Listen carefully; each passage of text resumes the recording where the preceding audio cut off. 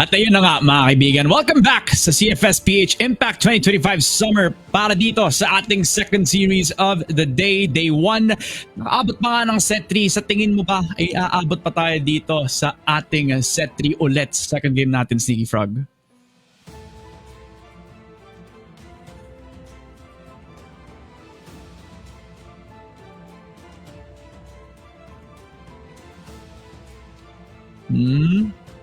He's thinking about it. He's thinking about it.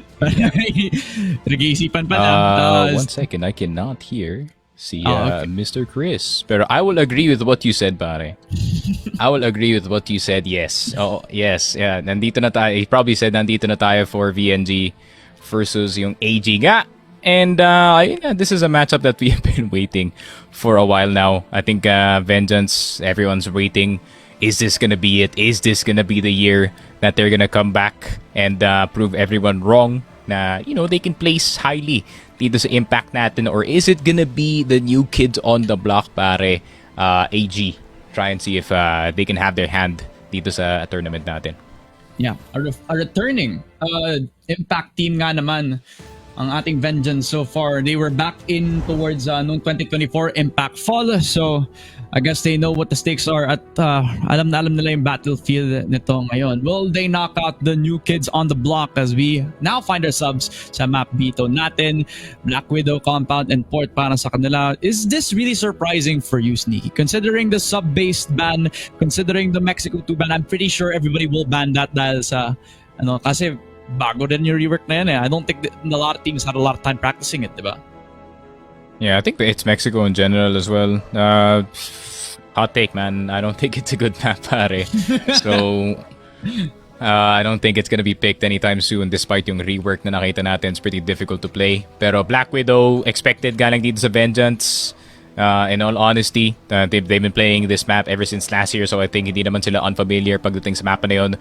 Compound and port to round things off. Compound not too bad para sa Vengeance, but ayun nga, no, I really want to see what ALSOVEREIGN is all about. Once again, ito yung isa sa mga baguhang teams natin dito sa tournament, but it seems like some of the players also rounding support from the crowd. So Vengeance, no, this is a proving point that they could still stay in contention dito sa Impact, or is it gonna be ALSOVEREIGN, no, parang picking up where Cypher left off sa mga bagong teams, proving na kaya na rin nila makisabay dito. Yeah, definitely, man. I think that's a pretty good story moving forward sa pareho nating teams natin. A chip on their shoulder ang side ng ALSOVEREIGN as they have a point to prove. Will they be the new kids on the block, or will this be a time to shine finally para sa ating veterans on the Impact stage for Vengeance? I think it's safe to say na baka maging 2-0 to para sa akin, pare. I'm gonna put it right off the bat para sa Vengeance right now.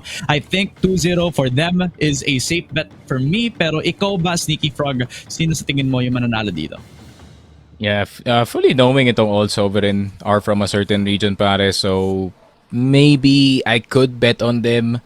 Pero depende talaga. I really feel like Vengeance are just the slightly better team, pero feeling ko talaga maybe ALSOVEREIGN can maybe pull something. So let's say ALSOVEREIGN 2-1 with them winning itong third map natin. Okay. Medyo may differences na tayo this time around. It's not unanimous anymore. Mukhang pareho tayo may differences in terms of what we believe in papunta dito sa ating second series of the day. Pero considering the map dito, mukhang magiging mainit nga naman yung laban pagdating natin dito sa ating first set of tonight. At I think it's safe to say then hindi lang naman tayo pwedeng ma-participate dito sa ating magiging prediction. So comment down below kung sino yung gusto nyong masuportahan dito, chat. Kung gusto nyong malaman or kung gusto manalo ang ALSOVEREIGN, ang underdogs natin dito sa ating magiging series, or will it be a battle for Vengeance to win ngayon na pumapasok tayo sa second BO3 natin? I think it's safe to say na we have our expectations. I think there's gonna be an experience dip moving forward, pero I think Rhea 7 versus XPT has proven that sometimes experience doesn't really matter. Kita mo, muntikan pa nga nila matalo yung Rhea 7. Maybe this time, ALSOVEREIGN will do something unexpected dito sa ating second best of 3. Yeah, for sure, no. I mean, with the newer teams really serving as a surprise, malay mo, di ba, magulat din dito yung Vengeance. As we do get into the game, of course, it's the exact same people para dito sa Vengeance. Or actually, a bit of change. It is Azanet, Alretz, Karasuwa, and itong si Jeloy para naman sa AL. It's Sun, Lexpra, Jelan, Fronts, and we are missing a player sa kanila dito which would probably connect right about now. Pero yun nga, BL side para dito sa ALSOVEREIGN, Vengeance dito naman sa kanilang GR. Don't be surprised na Vengeance is actually this forward this early dito sa game natin, as they're also quite known para sa kanilang aggressive map control. As ayun nga, we're gonna go into a DR. Nawawala yung isang player dito ng ALSOVEREIGN, and let's see. Yeah, tingnan natin. I mean, I think it's safe to say that there's already been a game plan na set in motion na sana para sa Blacklist side. I think they were try to see if they can get themselves the passive positions na naman, kind of similar to what XPT were trying to do noon sa kanilang first series.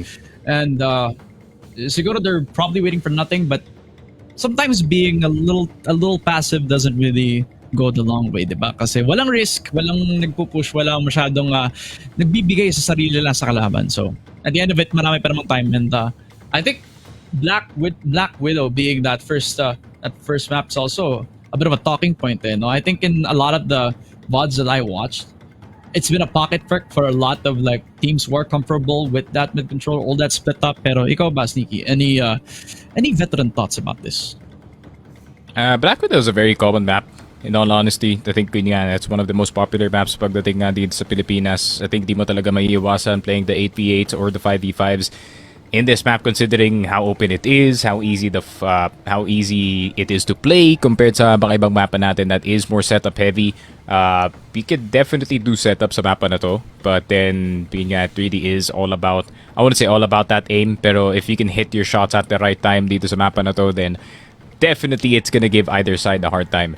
Pero I really think that initial LA possible fight na makikita natin dito sa map, it's probably gonna tip the tides whether or not BL or GR yung mananalo dito. If it is BL, they have another way to get into the A side, possible A split option ng open nga dito, or ayun nga, you could have another anchor on the other side of the map na nakaupo lang dun sa terrace the entire time, just trying to see if he can snipe maybe one or two players off of their positions dito sa A side.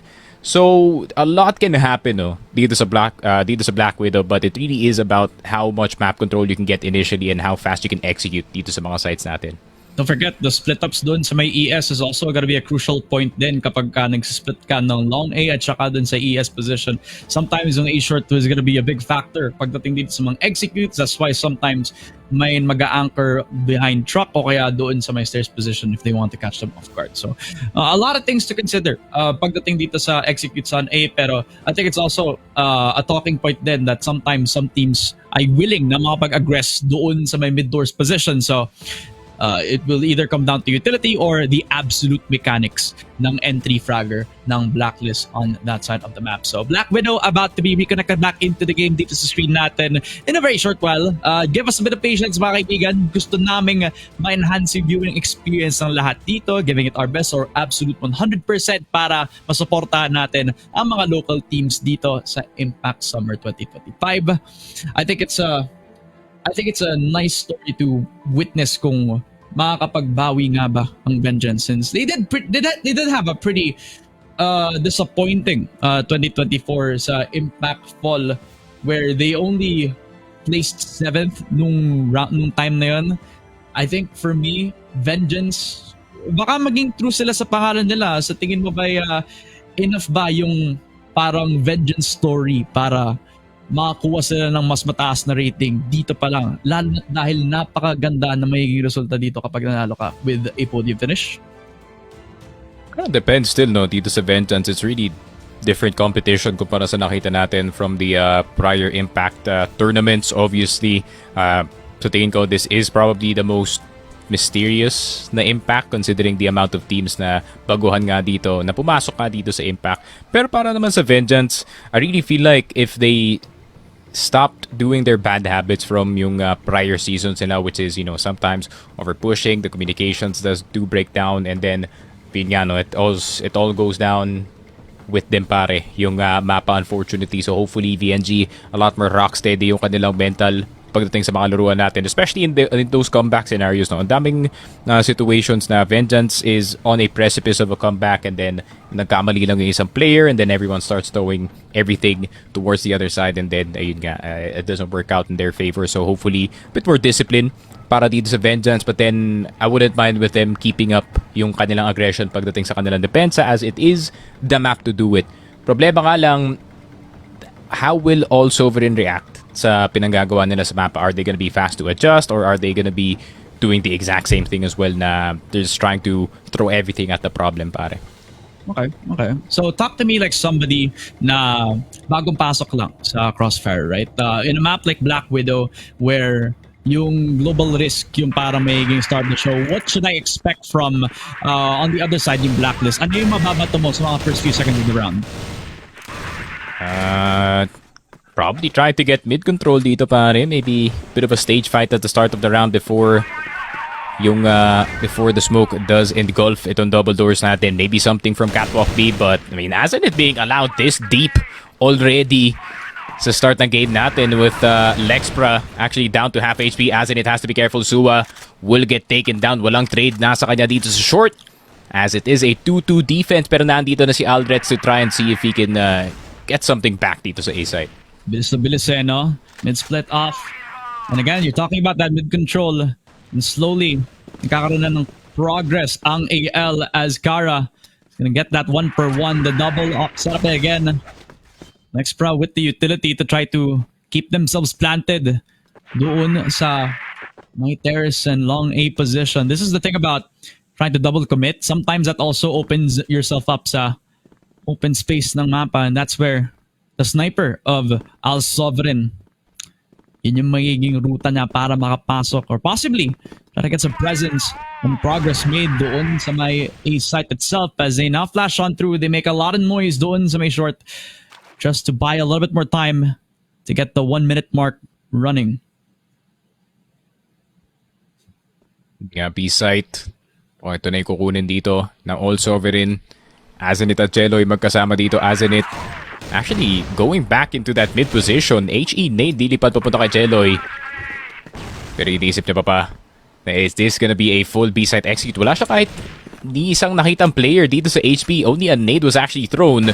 Pero si Azenit mag-iimbestiga sa mid, and good shot galing kay Franz. Also getting itong si Jeloy.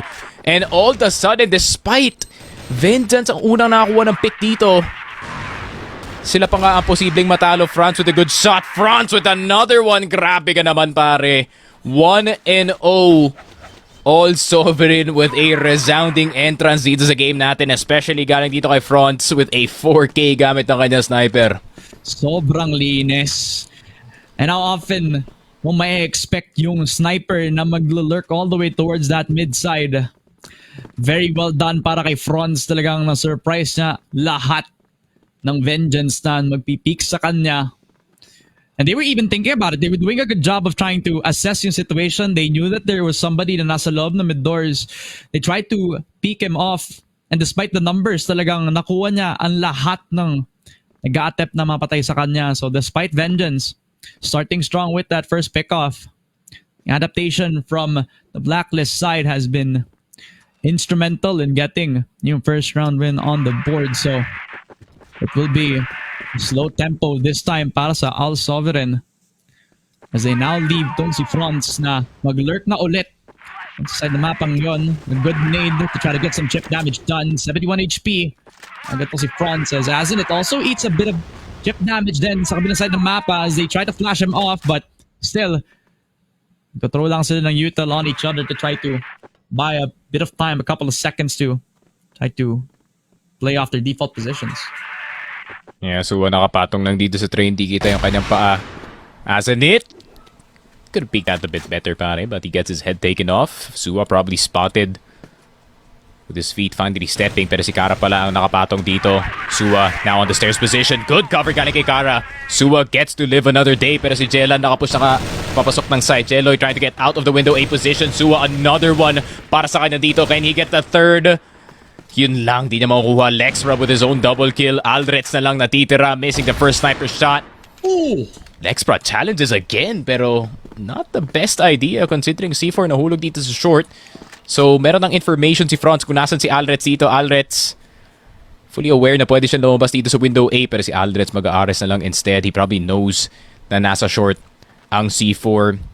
Pistol is out. Franz jumping a bit too recklessly dito sa A site natin as VNG, they get their first round this time.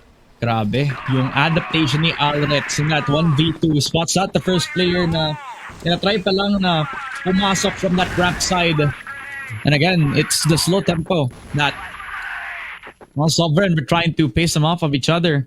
Unfortunate kasi na pick off na agad tong si Franz after very huge picks nga naman, diba? But it's not enough at the end of the day. A lot of damage done kay RYA, and it's gonna be still that 5v5 where Jeloy actually has a comfortable position para si Azenit ang unang makakuha ng first blood dito. Good for shotgun dito kay Azenit. Huge pick off to take out itong si Jelan immediately as Jeloy makes his way back pabalik ka dito ng A-site natin. As gustong kunin ng short or gustong kunin ng Old Sovereign itong short position natin. Jeloy waiting for that swing galing kay Rhea. Rhea already down to low HP. Spotted. Pre-fire gonna go through. Pero si Rhea pa nga makakuha kay Jeloy dito. 4 versus 4. 1 HP si Rhea. Can be offered as an entry para sa kanyang team if ever. Pero mapapabalik ng Old Sovereign dito. There's plenty of time para maglaro ng round dito, pare. And despite na napaka-low on HP, and then ng mga players ng Al Sovereign try to play him for the entry frag, pero pwede din kasing makakuha ng clutch to. He is a very talented player in his own right, but he has to be careful with his low HP disadvantage. Shisua din, you could say the same for him, pero napakalaking difference is the weapon na hinahawakan niya dito. He's on top, but Franz, he's not gonna be able to hit the shot despite him having info dito kay Sua. Meron pa rin big presence tong si RYA, and definitely is the perfect person to look around the shadows. Kara is even privy to it, pero long A, doon palang bang gagaling ang Al Sovereign. They're gonna try to pressure down si Kara, but he will get himself that 1, 2, 3 para dito sa Vengeance so far. It's all coming down to Franz. He was one of the pivotal players sa mga early rounds natin, pero it's a 1v4, 20 seconds, and not even having the C4. A bit of an impossible task, pero at least nakuha niya itong si Alretz. Yeah, good start to the possible clutch. Pero Sua, tamang spam lang ng Kraus dito sa may hagdan natin as he's fully blinded out in the open. Still getting si Sua actually as it na lang makakatapos dito, and VNG another round on the board para sa kanila dito. I mean, it's nothing too complicated para dito sa VNG. They just held on for dear life dito sa site natin, and also Sovereign just failing na kumuha ng map control, pero Azenit finally getting punished sa pag-akit na ng rampa papunta dito na CB, and VNG naman yung may disadvantage papasok na round na to. Nako. Not gonna be looking good despite Azenit and his impact from the previous round. Talagang na-pick off pa nga agad. Tamang-tama lamang para maka-seek pa ng momentum yung Al Sovereign as they now fight for ES. Scope on in tong si Franz. He really wants to take the aggressive fight. Same could be said for Kara, but Alretz finally gets himself that 1-for-1. Patay na agad. Kasi sa mga napaka-importanting players, kaya kailangan ibigay ni Jello yung sight para ma-play for the retake this time. They also have some control over the long-range angles. Raya also thinking about playing for that window spot, pero by the end of it, they still have control dito sa may B-site. Yeah, wag na nilang labanan yung doors dito. It's not really a good idea, but what's not a good idea as well na nasa side ng Old Sovereign, masyado madaming players na commit dito sa House B. There should be someone watching their behind. Very, very deep dito sa waters, pero flash grenade papasok na nga dito. Nakita nila nasa taas si Lexpra. Lexpra going down. Raya with a good cover, pero Jelan with a good double kill on the AK. Sun will get itong si Alretz. And ayun na nga, All Sovereign fighting back dito sa game natin. It's very nice to see. Super close. Too close for comfort para dito sa Al Sovereign, but they made it. Despite the first pick-off dito kay Franz, they already got the site itself at nahihirapan pa sa post-plant. Retake scenario ang Vengeance. Possibly because of the double setup, pero also might be because of how well they're able to control yung doors at saka yung window from that side of the map. It is gonna be a 2-2 Raya. Sama na din sa long A. Lots of damage done kay Son all the way from short. Papasok na ulit yung entry fragger. But it will be Jelloy with that wallbang. Flash coming through, perfectly blind, pero at the end of it, it's a 3v3.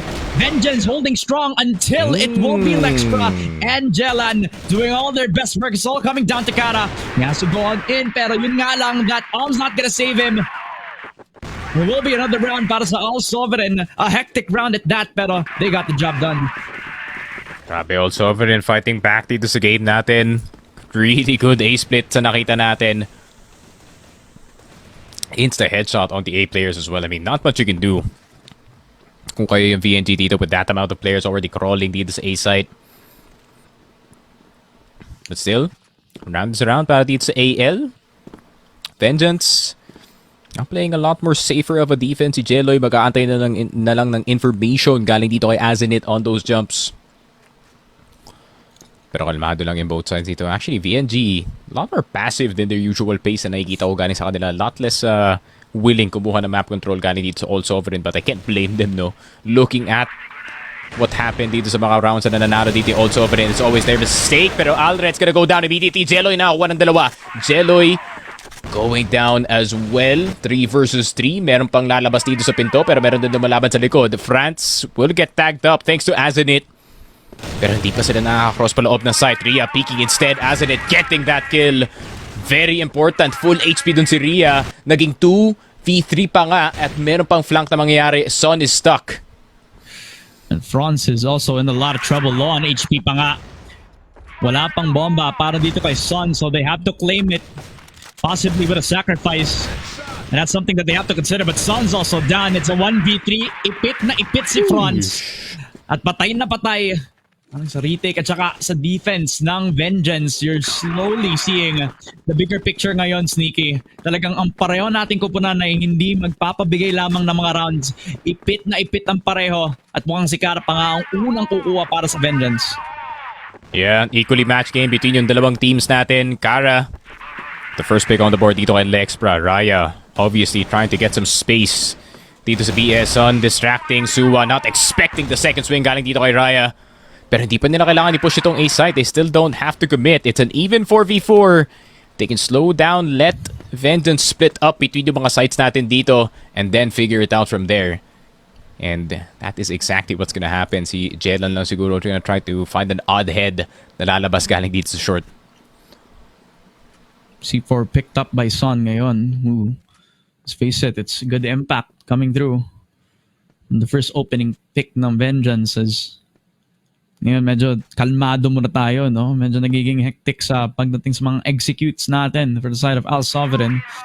Where, fighting off against Vengeance, they've been putting themselves in the trap position, the trap place na nasa setup ng GR so far.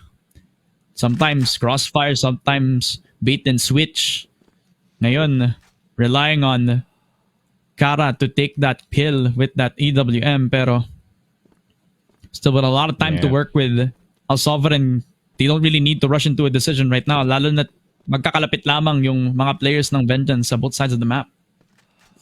I would wish na France would actually join itong si Jelan to try and open up itong A site. I mean, granted it's a hard angle to clear, but if you do pre-aim at the right time and are just slightly faster dito, you can take out si Alreds in his position. Pero si Kara rather, nasa loob ng truck. Pero napahulog pa nga dito si Jelan. So, 3 versus 3. Shots are ringing through. Sun will get itong si Alreds. Azenit at Jelloy. Confused. Saan ba talaga yung plant? A ba talaga to or B? Pero na-realize na ni Jelloy at ni Azenit that it is gonna be a B site plant. Alam nila si Ryan na andito pa sa likod. Presence galing dito sa RS. Out in the open. Does go down. Azenit piso na lang dito. Jelloy nakababa. Somehow, someway paloob ng site. Quick scope galing kay France. 1 HP si Azenit. 1 shot galing sa Colt. Kahit katawan at matatabaan dito ni France. 4 and 3. AL now in the lead dito sa kanilang BL side. Ganda ng discipline, ganda ng communication. The fake all the way doon sa A site. Nag-call na rotate ang Vengeance. Pero nung naging open pa nga yung B site doon pa nakapag-plantong si Son. And again, long A being focused up upon Azenit. He doesn't have to be a little too aggressive, pero si France pa rin Ang unang makakapatay, that Colt being a big nuisance for him. And another shot from the pistol yet again. Vengeance and ALSOVEREIGN are throwing everything at the kitchen sink. Pero si Son, mukhang ibabato niya yung sarili niya papunta sa Vengeance right now. Jeloy with another shot. A double coming through para sa anchors ng A-site. That's all falling apart for them. It's all falling down to France, who does hit a quick scope papunta kay Jeloy. This is not looking good though. Maybe committing too hard on the hit, not realizing they're taking too much damage pagdating nila dito na rampa. Pero si France, cannot underestimate yung sniper dito ng AL. He's been doing amazing so far. 14 and 5. Carrying the brunt of the kills para dito sa ALSOVEREIGN. Pero Alrets, nakatutok na nga dito sa spawn. All the way into long alley.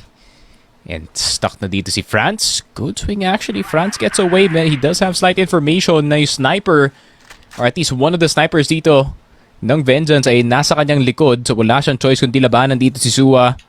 Suwa spotted yung kanyang ulo dito. Suwa trying to reposition his way up those stairs. Nade's gonna ring true. Pero hindi pa nagpupush yung likod dito na Vengeance.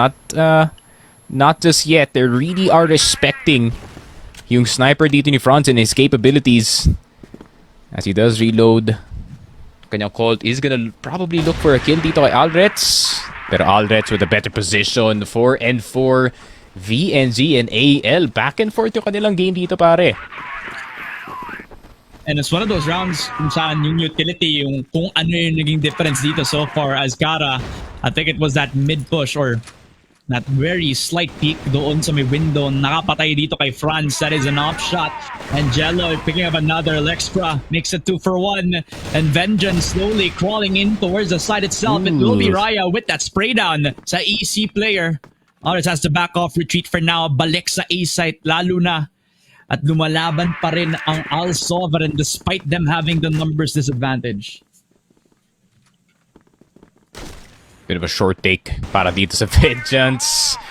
Raya does go down thanks to yung sniper dito ni Kara. Bit of a one-way right on top of the thin part of the smoke. So si Sun at si Lexpra na lang natitira dito. Jeloy nakaupo pa rin sa loob ng A-site. Not showing himself, just hiding dito sa train, standing on top of one of the spikes para hindi kita yung kanyang paa dito. And Sun, Lexpra, having no idea pero i-check to ni Sun 100%. Jeloy, predictable position. Pero yun nga lang, si Jeloy pala yung mauuna doon. Lexpra stuck in the middle of nowhere. C4 down dito sa A-site. Having to navigate his way through out of all the players. Pero spotted na agad sa dito ni Kara. Kara with the pistol out and is gonna end his life with a headshot. 5-4. Vengeance with a 1-point lead bago mag-turn yung half natin. Nakaka-impact frag si Kara to start with that sniper. And even challenging tong si France na, let's face it, he really has been pulling his leg up so far sa naging efforts ng ALSOVEREIGN right now. So a huge pick to get to them kapag una siyang napapatay. And because they also separate each other, putting all their focus, all their trust dito kay Jeloy to hold things down, eh mas nagiging matinag yung naging depensa nila sa iba pang parte ng mapa. So a good global risk side para sa Vengeance to start with. And then the 5-4, talagang yun yung hinahanap nyo ngayon. As we're back into the commitment on House B this time around para sa Vengeance. B-hit is gonna be the way to go para dito sa VNG. Lexpra, nasa loob ng kabao. Good first headshot dito kay Azenit. Can he get Kara? No, he cannot. Sun trying to get the trade going, pero Kara with a double kill. France nasa loob ng bintana pero wala na siya magagawa dito. C4 is down. Malapit sa door B though, so definitely still takeable. But a good shot galing kay France. Puts the tides back in the favor ng AL. Jelan getting itong si Suwa. Last one left alive is si Alrets with the sniper. Pero yung C4 nasa loob ng site. This is a very difficult task para ibalik. Sobrang hirap no? Kailangang isolate, kailangang hanapin tong si France first since he is holding yung sniper ngayon. Naririnig niya yung footsteps. But that's also because they want to get yung information muna. Beacon in, Alrets solo on HP. Doesn't matter kasi na-hit na yung shot kay Jelan. It's a 1v1. All versus all. Alrets para sa Vengeance. A 6-4 to start with sa B-hit natin. At nagbabalik na tayo sa Impact Summer 2025. Hindi tatapos yung laban. Hindi ba katapos yung first set natin? It's still Vengeance versus ALSOVEREIGN. At in the middle pa lang tayo ng second half natin. So kung excited na kayo na matapos to, huwag kayo mag-alala. Kami din. Alam namin na there is a slight difference in terms of the cohesiveness. Medyo pwede pang may potential into a comeback. Lalo na ang ALSOVEREIGN ay may konting panahon para makapag-usap-usap, but maybe it's a little too late, maybe it isn't. Sa tingin mo ba, Sneaky?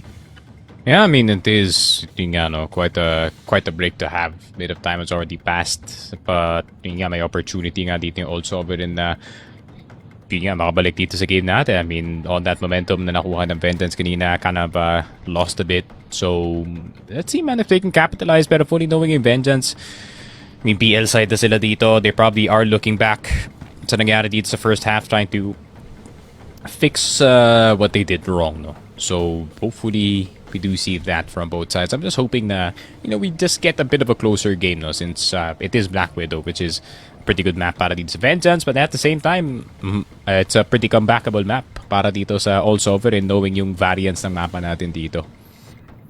Yeah. So, I think it's also timely na medyo nagkakaayos-ayos na yung things on our end at saka yung things dito pa lang sa ating broadcast. So I hope you guys are having a good time. Shoutout nga pala sa mga OG viewers natin nung nag-start yung broadcast ay naandito pa rin.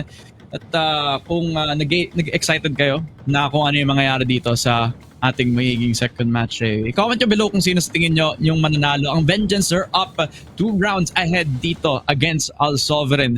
At kung makakabawi nga ba ang ALSOVEREIGN ngayon, that's a big question to watch out for the result. Kaya, kung magkakasuporta pa si France dito for, I believe, yung kanilang side, it will be easier on him. Lalo na since he's been a very interesting sniper to watch out for. No? Nung nagtatagal yung laban, parang nagiging consistent yung shots. Pero pagkatapos ng isang clutch na ginawa ni Aldrich, I think everything just kept falling apart. Do you think it's a mental thing, or are there other factors sa kung bakit parang nagka-crumble na yung ALSOVEREIGN? I feel like hindi lang sila sanay sa pinagagawa ng Vengeance pagdating nga dito sa kanilang BL. I feel like mixing up the pace from time to time. Minsan may mabilis na strats, minsan may mabagal. Aldrich also kind of giving itong si Franz a hard time despite him having the most frags sa buong server natin. No? It really is a matter of can you remove itong si Franz early from the equation, and how can the rest of the squad defend, no? Pag wala yung kanilang star sniper dito sa kanilang team. So, gonna be very interesting to see kung paano nga tatapusin ng Vengeance potentially ang mapa na to, or is it gonna be ALSOVEREIGN? Maybe some of the other players stepping up to the plate. Maybe nga Jelan can do something to try and see if he can get back dito sa laruan. Pero yun nga, no, Vengeance with 3 players doing very very good dito sa mapa natin, it's gonna be a very tough task for the ALSOVEREIGN boys para makabalik nga dito sa game 1 natin.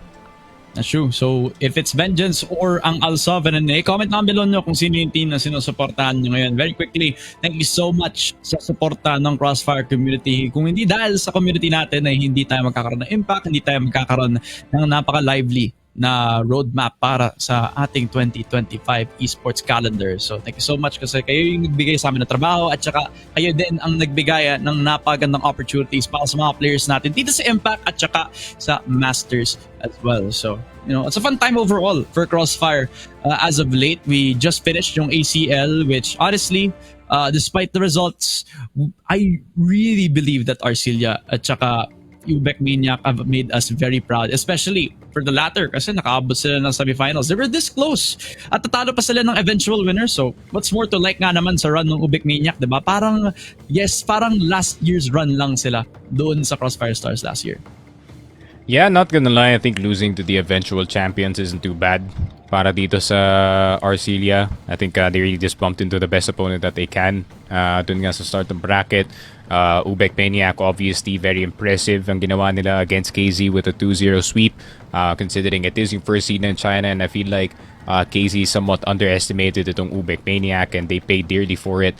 Para naman sa second series nila sa semis, didn't do too bad, took a map off of an Evolution Power, and almost made it dito sa ating grand final. So it should have been very very nice, but yun nga, in that tournament, man, Baisha was just really unstoppable na wala talaga makakapigil sa kanila. I mean, N9 and itong si Xiao really got back into form and immediately just started fragging like it was 2023. So, ayun nga, no, very impressive from what we've shown. Galing nga dito sa Baisha, and hopefully we do see more, no, as the year does go on, possibly rolling around itong EWC, which is gonna be very exciting considering yun nga, no, that's the top teams fighting in another international tournament again, which is middle of the year naman. We don't have to wait till the end of it. No, hindi naman natin kailangan magmadali, diba? Slow and steady lang tayo. Lalo ang dami nating qualifiers, ang dami nating opportunities para makapasok ka naman doon sa EWC. Just to remind everybody, talagang no joke yung mga tournaments na meron tayo dito sa roadmap natin. Kahit dito sa Impact, if hindi ka nakapag-qualify sa Masters, ito yung chance para magkaroon ng spotlight yung team ninyo. Kung deserving nga pala kayo dun sa play-ins ng regional finals para makapasok kayo sa path all the way towards Crossfire Stars ngayon. So, I think there's an opportunity para sa kahit sino this year na makapag-win big. You can make an argument for everybody on the top 5. We could say that now that EVOS Esports have picked up yung RCN Esports roster, baka na-buff na sila dahil maganda ng environment, meron ng suporta yung roster nila, possibly a bootcamp as well. At saka supported yung mga players. You could say that Ubek Maniac, because they've had back-to-back international appearances, they're getting better every single time that we see them. There's also a case for Pacific Macta. At one point, has been very ever-present sa lahat ng mga naging international tournaments natin up until last year. So, it's open season talaga para dito sa Year of Crossfire PH, and I'm just excited para malaman kung sino naman ang magiging top dogs natin ngayon. Yeah, for sure. I mean, everyone really trying to replicate yung magic ng Ubek Maniac dito, no? Everyone gathering their young team from their own respective region. Veteran coach ang pwede nila ilagay as well. We do see some of these young teams participating dito sa Impact. And a good example is itong All Sovereign. And I feel like itong All Sovereign, they have been around for a while, possibly playing second fiddle. Kalaban nila yung Herbie Gaming team as the best team in Davao, and then now with Herbie Gaming team going their separate ways. Obviously si Nomad napunta sa Fervid GT to play in Masters, and sina Nikong going to Team Acceptance. So there's an open slot dito sa Davao to take that number 1 spot on being the best team in the region, pare. And I'm looking forward to All Sovereign and their further improvement dito sa tournament natin. I can already see they've already found themselves a hell of a sniper, pare. But I'm waiting to see what the rest of the squad can do dito sa series natin. I mean, even if they lose, it's still a learning experience, if ever. Yeah, like worst case scenario, matalo sila tapos end of the world, diba? Hindi. Kasi first week, first day pa lang at may time pa sila para makapag-improve. Remember, yung format natin, mga kaibigan, it is a single round robin.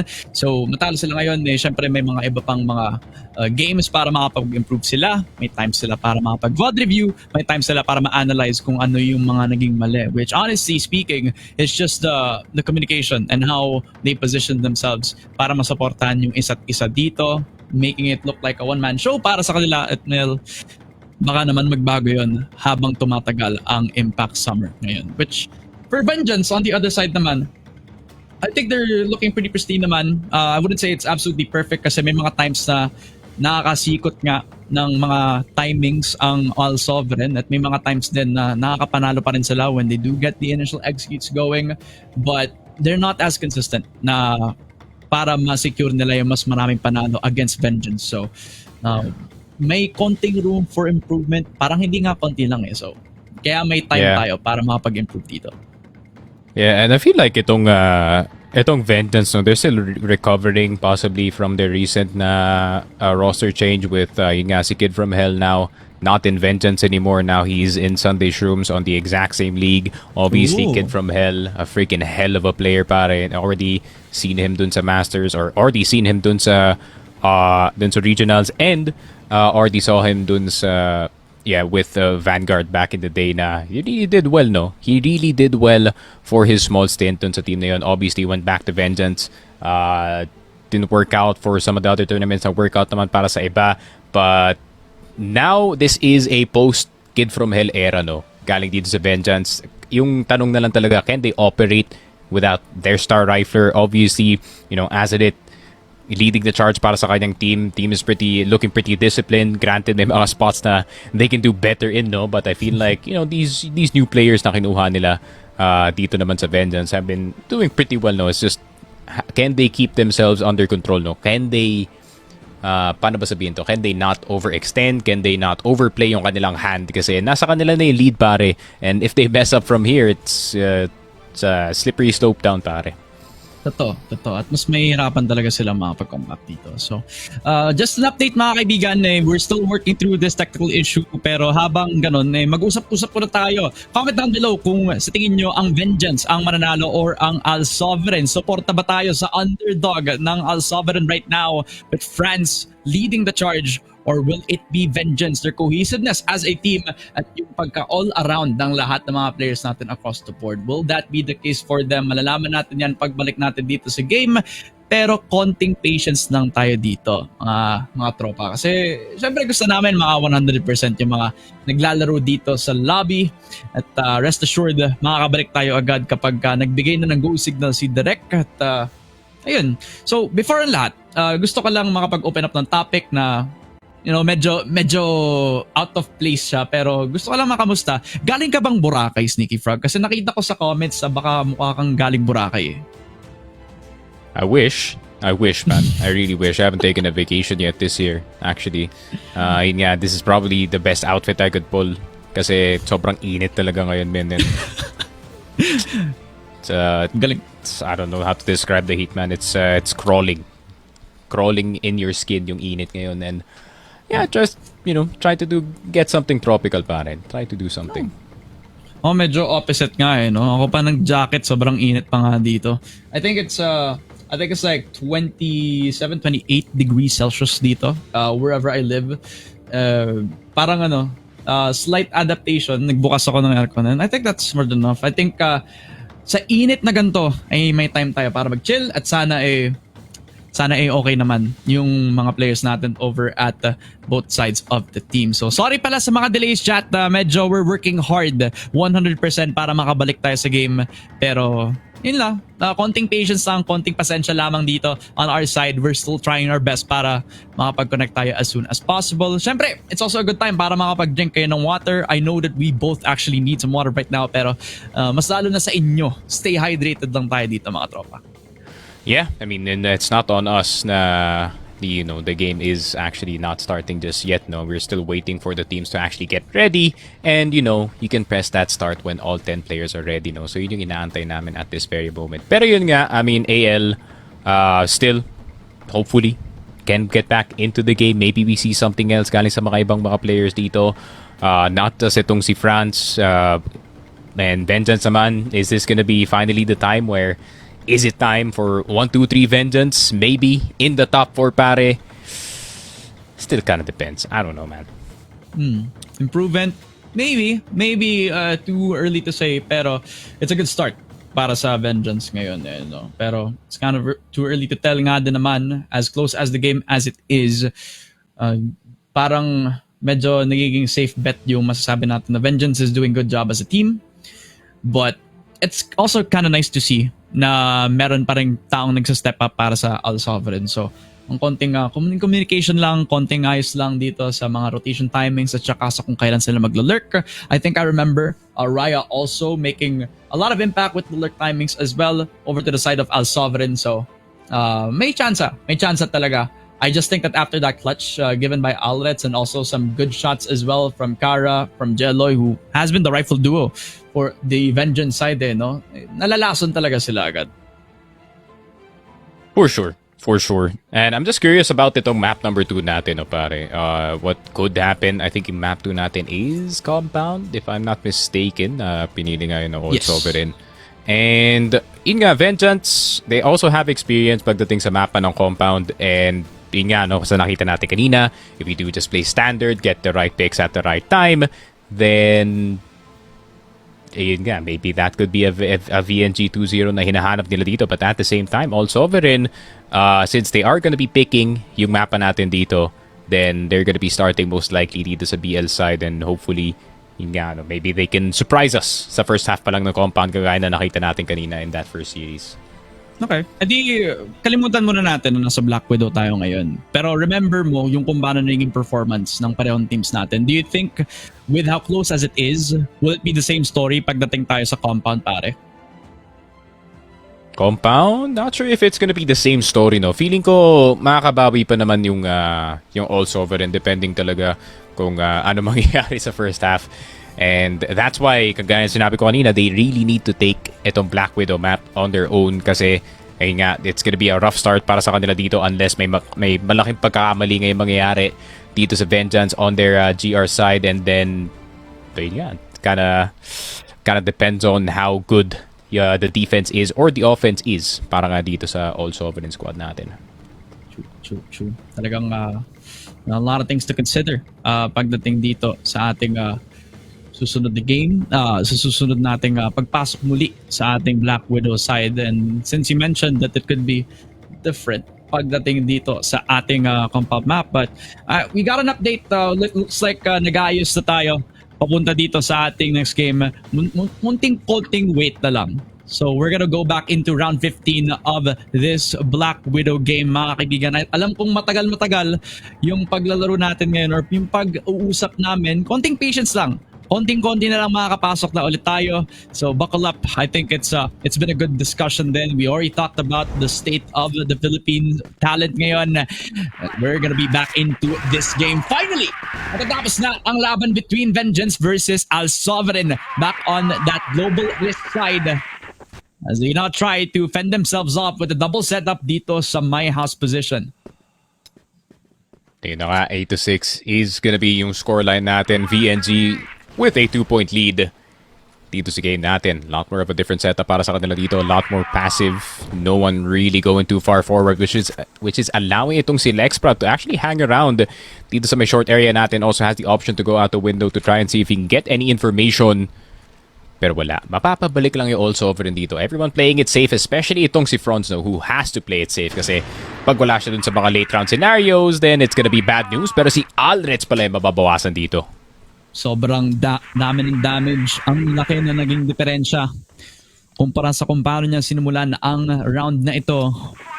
And that could be a big pivotal moment for him. Pero remember, naka-sniper tong si Alret. So parang hindi matter as long as he keeps hitting the shots. Lexpra is waiting upon the call para sa flash na pwede niya ma-send out. Azenit making a lot of damage done. Lexpra also getting the first blood natin. Suwa getting that one for one. It's a trade of blows, but by the end of it, it's Raya and Sun that make a lot of difference dito on rifles.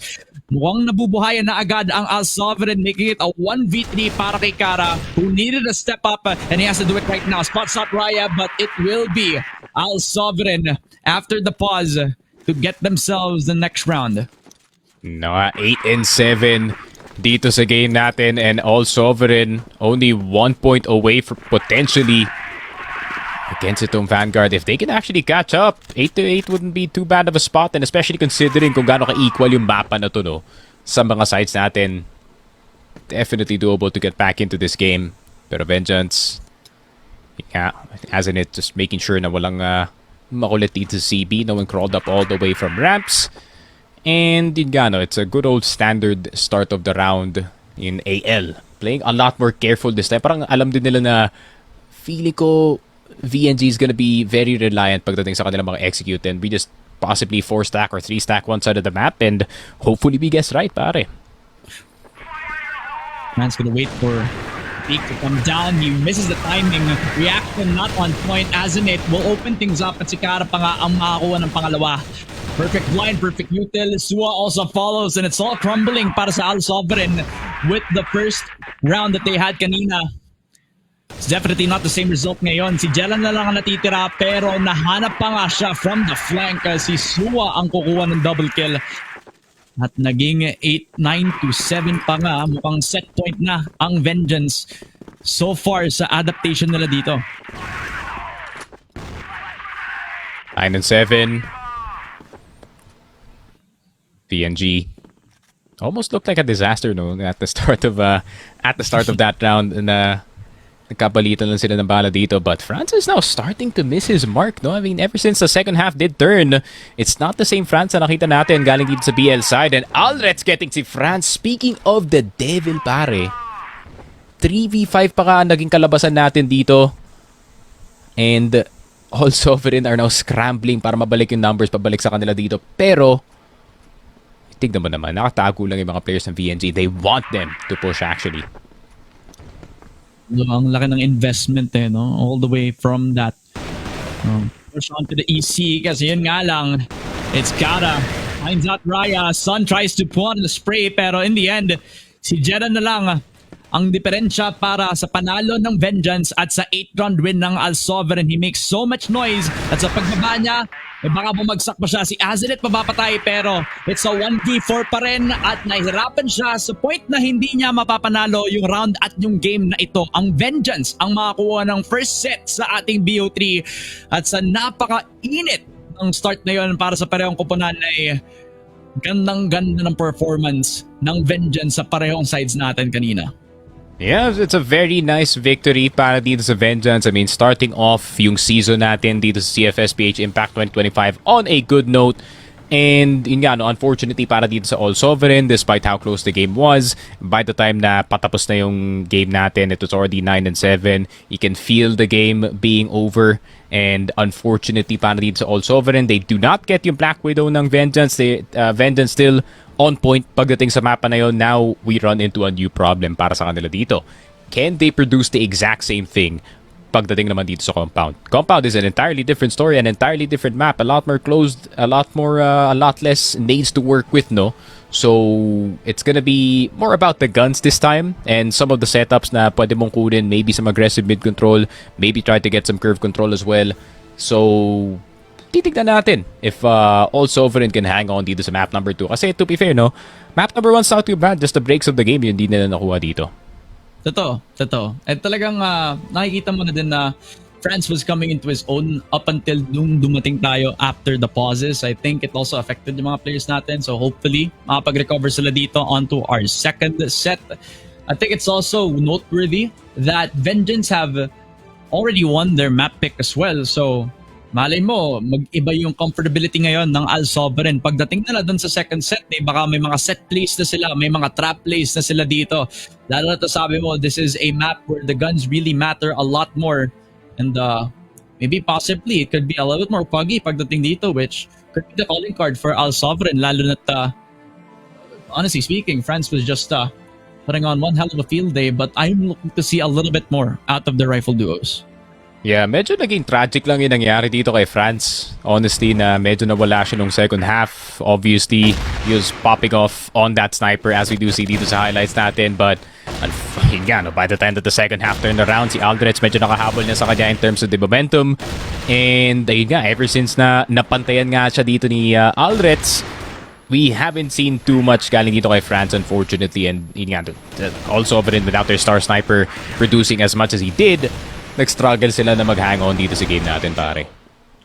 And it doesn't really help din na yung paglalaro ng Vengeance, it's creating a lot of opportunities, not just sa isang avenue lamang na kung saan sila nagpo-push. Lagi may lurk sila, lagi silang merong backup plan, insurance policy na kahit hindi mag-workout yung plan A, lagi silang may plan B, plan C, ubusin pa nila yung alphabet at nagkakaroon sila ng mas magandang setup pa dito. I believe this is also one of the rounds where France could have actually gotten wind or at least could have actually started a little bit more momentum para sa side ng ALSOVEREIGN. This was also the time na masabi natin na parang naging stalemate pa nga parang nagkakalapitan pa ng score ng parehong teams natin. It's just that pagdating doon sa mga sitwasyon na binabato agad-agad ng ALSOVEREIGN yung Vengeance, nagkakaroon na ng sagot at yun yung parang dangerous kapag alam na ng kalaban mo yung mga sagot sa binabato yung mga tanong For sure. Pero Vengeance with a good start to the series. And just as I wouldn't say just as expected, no. There wasn't really any expectations para dito sa ALSOVEREIGN. But then, yun nga, no, they still impressed us at the end of the day. Pero VNG, of course, just like I was said, with the experience na meron sila from that prior season dito na Impact, Seems like this is not a strange sight para sa kanila dito, especially sa pagkapanalo ng Black Widow, as we do see our set summary. And yun nga, Alrets leading the charge pagdating sa KD at pagdating dito sa KR. The sniper making the difference, no? Neutralizing itong si France, pare. Yeah, mukhang na-rejuvenate sila pagkatapos ng clutch niya against France and the rest of ALSOVEREIGN dito. No? So, big factor coming into them, a mental boost pagdating dito sa pagtapos ng Black Widow as well. Na-turn around quickly pagkatapos ng side swap at ALSOVEREIGN will have an opportunity to try to bounce back lalo na. At mainit pa rin naman tong si France. You see some legwork being made as well para kay Raya. So hopefully, magkaroon ng improvement when it comes to the teamwork, the synergy moving forward. And I'm not saying that ALSOVEREIGN is lagging behind in terms of everybody working across the board. But there really is a difference when it comes to yung communication with Vengeance just having so good of a chemistry, playing together as a unit talaga, pare. Yeah, pero I still gotta give credit talaga dito kay France. Hindi nga popping off at the start of the game. Granted, hindi nga sumabit, no? By the time na nangyari dito yung second half natin, that type of sniping can definitely provide some problems para dito sa Vengeance, especially going into yung map number 2. And if kaya niyang i-replicate ni France yung nakita natin dun sa map number 1 into compound, pare, then ayun nga, may magkakaroon ng panibagong problema itong Vengeance squad natin. Pero para naman sa Vengeance, so with everyone playing on point, yun nga, si Azenit getting his flanks, Alrets getting his snipes, Kara, Suwa, and Jello doing a great job of rounding out yung roster, no? I feel like Vengeance could definitely be a threat dito sa Impact, the tournament natin, man. Yeah, and if ALSOVEREIGN can finally find their vengeance dito sa set 2 natin, ay malalaman natin yan after the short break. Ka nga pala si Ramon, kasama ko si Sneaky. Yun ang pinakaunang set sa ating pinakauling PO3. Makakabawi nga ba ang ALSOVEREIGN? Malalaman natin yan after the short break. At muling nagbabalik tayo dito, mga kaibigan, sa Impact 2035 Summer para sa CFS PH. Nga pala si Ramon, kasama ko si Sneaky. Ito ang pinakang unang araw at mukhang napakainit na ng mga matchups natin. We were done with the first game of the day and nandito tayo sa ating second BO3 of the night. Napakainit ng first set natin, sa Black Widow, where Vengeance has actually got themselves the leg up dito sa matchup natin thanks to cohesiveness as a team at napakagandang chemistry sa lahat ng mga naglalaro doon. May potential naman siguro ang ALSOVEREIGN, lalo na papasok tayo dito sa compound. But as you said, Sneaky, ibang-iba talaga yung mapan to kumpara sa Black Widow, where I feel like ALSOVEREIGN has been used to the mechanics now of this map in particular. Yeah, for sure. I think ang hirap naman hindi masanay sa compound. In all honesty, is a very straightforward map, no? Yung compound is really GR side, BL side. Here's the sites.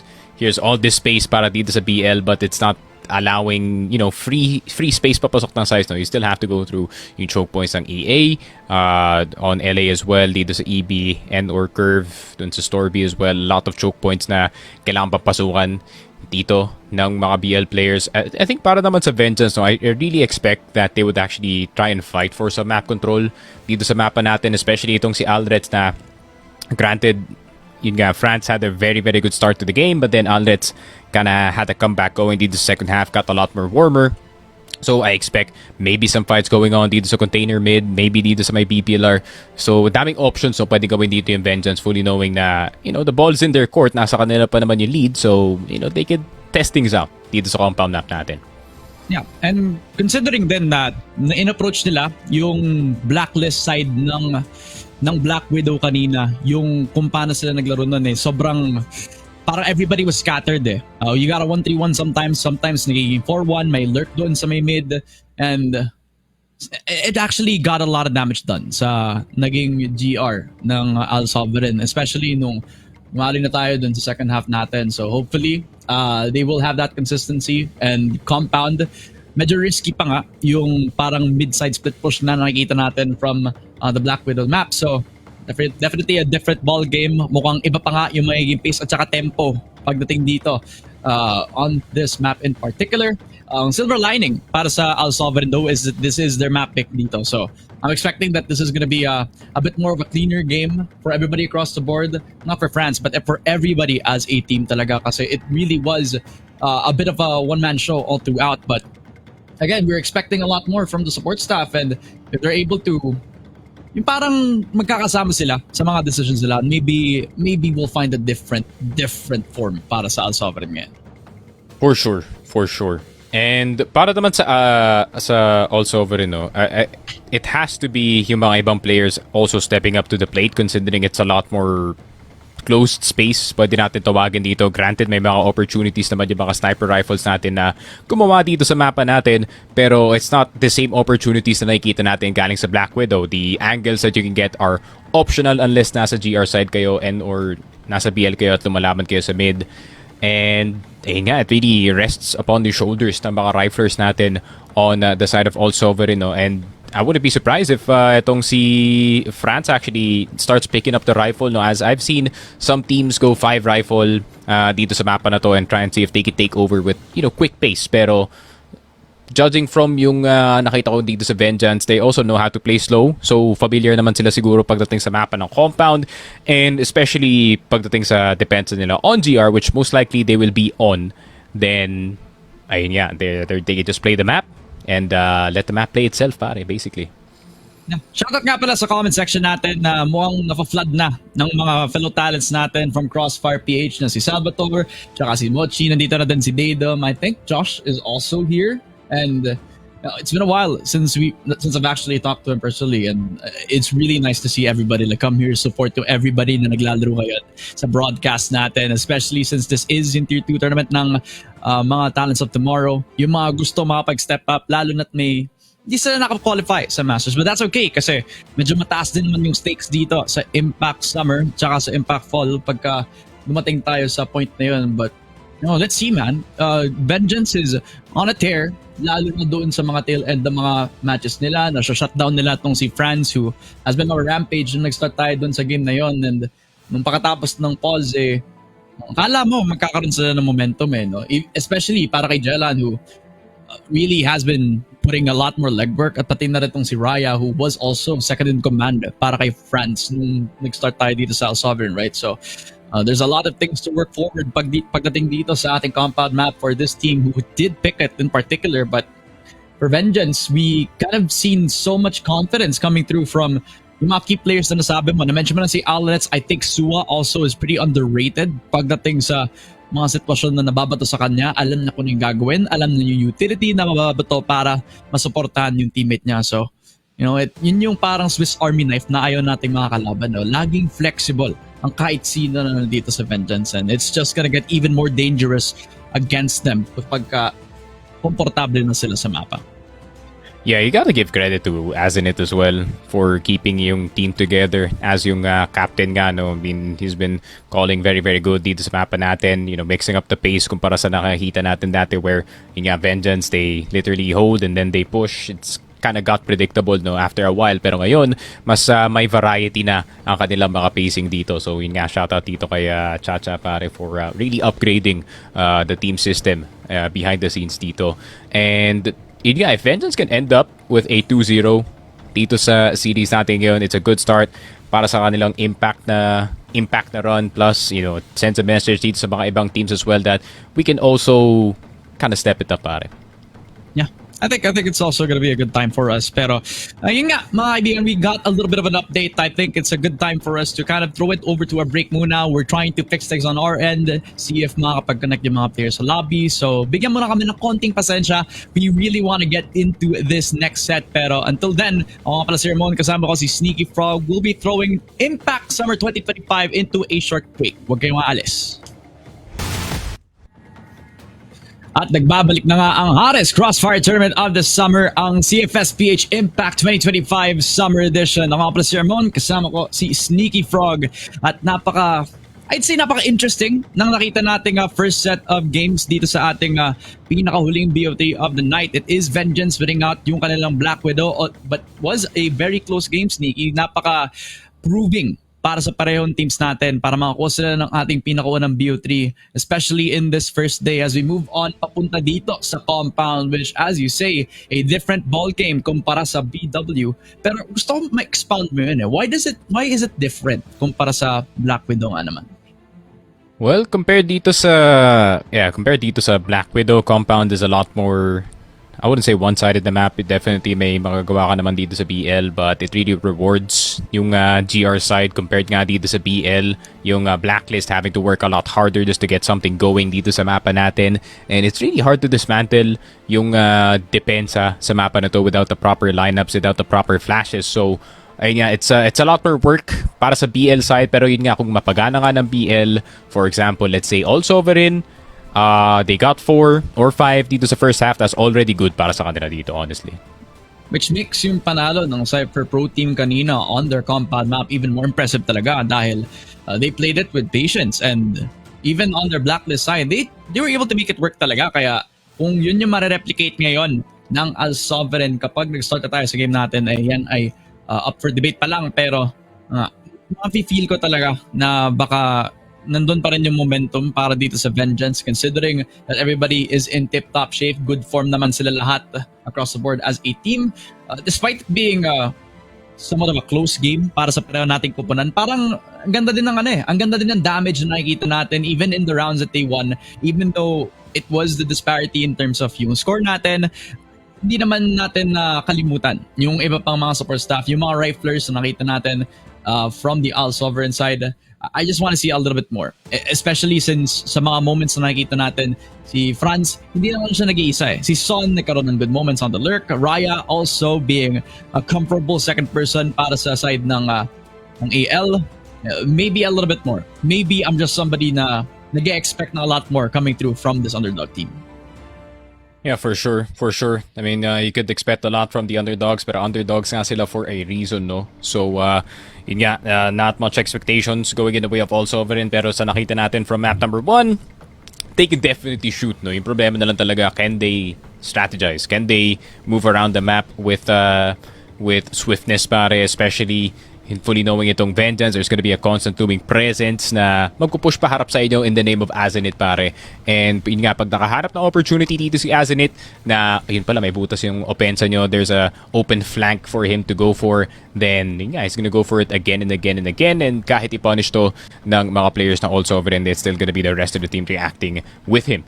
So, paying ALSOVEREIGN really has to be on their toes 24/7 dito pa lang sa first half. And just like how I predicted it, pare, it is gonna be AL dito sa BL side, as, yun nga, no, if it's not your pick, you never pick BL dito sa mapa na to. You do want to start GR, you do want to get that early momentum, pare. A lot of advantages coming through para sa Vengeance ngayon. Double setup doon sa may pillars position right now. They could leave that, try to get a little bit more control doon sa may window position. Si Jelan, para sa ALSOVEREIGN ay napaka-advantageous ng high setup na dito. But si Franz na naman, si Franz na sobrang init sa simula pa lang ng Black Widow ay magsisimula na naman ng napaka-init pa rin sa compound map natin with that first blood. Ayun nga, bit of a crouch peek, Kara. Unfortunately, at the wrong place, at the wrong time. Pagdating sa kanyang peak dito sa BPLR. So ngayon, 4v5 naman na laruan. Still definitely defendable, no? Pero kailangan na isang magandang play galing dito kay Azenit. Maybe him getting 2 or 3 para mapantayan man lang ang numbers dito sa round natin. Pero I like yung hesitation ng ALSOVEREIGN dito sa game natin. Pero Azenit, pumasok na sa loob ng Z. Naghahanap na ng mga players na dadaan sa kanyang harap dito. Aldrets nakabantay sa curve. Pero nang smoke na naibaba, Flash is gonna go through. Aldrets pulag na pulag. At papasok na dito ang ALSOVEREIGN. Pero gusto nilang pasukan ng B-site. Raya, first one in. Hindi man lang nakakasa dun si Aldrets. And that could be the B-site potentially open. And ayun, pati si Jella. Nadamay na rin si Jeloy dito. As Suwa coming in from behind. Fronts will go down, pero mag-isa na lang si Suwa. Wala na lang siya magagawa. Pagkalaban niya ay 4 dun. 1-0. ALSOVEREIGN. First point on the board dito sa kanilang BL side, which is huge. A bit of a surprising push nga din naman, no? Result dahil doon sa patience ng side ng ALSOVEREIGN. Even taking picks from every single part of the map as well. Separated, but definitely united in the front. Para makalaban ang Vengeance. They even start off strong, friends. Back-to-back first bloods. Galing sa AWM niya. Aldrets gone for this world. That mukhang hindi pa sila nagtatapos dito as they swing on in with that 4 versus 5. Even peeking on through the smoke. Almost expecting na baka may tao dito. Napakalapit lang sa door. Yeah, smoke gonna be going down dito sa mid just to block yung vision dito ni Kara. The only other sniper, pero si Son pala yung mahuhulog dito. C4 down, pero iiwan agad ni Azenit. So he does have a general idea kung anong gustong gawin na ALSOVEREIGN because of that C4 dropped. Pero meron ng tatlo na naan dito sa LA looking to see kung kaya nilang i-overwhelm si Kara on that 2F position. Kumasa, sniper hit, pero meron pang dalawa na nasa kanyang harap. Lexpra, hindi na napansin nakadaan na isang player pero namatay pa nga. Ayun lang, hindi pa na nakadaan si Jelan. He went all the way back dito so long as Lexpra gets hit on the hand. And it's a 2 versus 4 VNG holding on strong dito sa A site. Not the best showing. Nagpakita ng kamay at napatay pa nga yung buong katawan. Si Jelan pumasok outside of the smoke pero na-expect pa nga ni Jeloy with that wall bang and another again para sa anchor ng Vengeance. So far, it is a 1-1. Ang ganda ng sagot lalo na sa presence on 2F para sa sniper ng Vengeance ngayon. And a good communication din no? Parang naspatan na yung kung saan na-drop yung C4. They had an idea na baka it is gonna be that split push all the way papunta doon sa may exit ng A.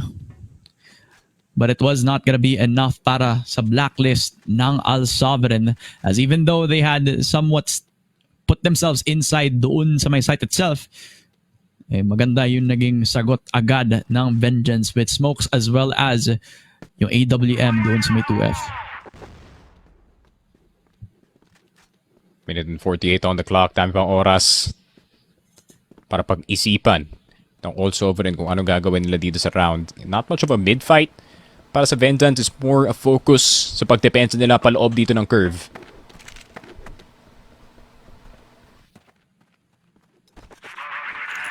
Pero ALSOVEREIGN slowly, surely paangat na nga dito sa middle area natin. Conmid's already taken. Meron pang isang player na nasa loob ng ating storage B, which is itong si Kara. Has to be careful about yung presence ni Franz as it's another good start para sa kanya dito.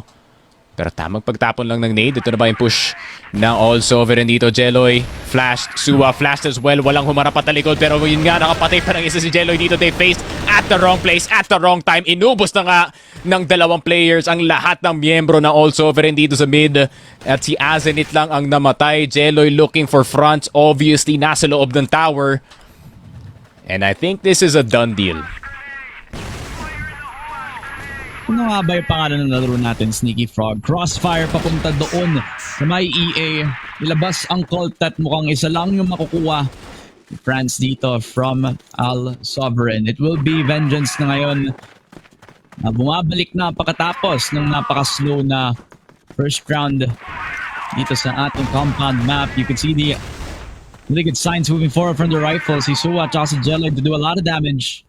And a bit of a resurgence then para kay Azenit, at least with a lot of presence made. It has impacted alone into the 1-2 scoreline. And all split up. And I think Vengeance are not really hesitating to even get that forward space on my pillars. As long as you leave somebody doon sa my storage B, you're good to go. You can leave everybody else to do that 1-3-1 setup. And that's what Vengeance are.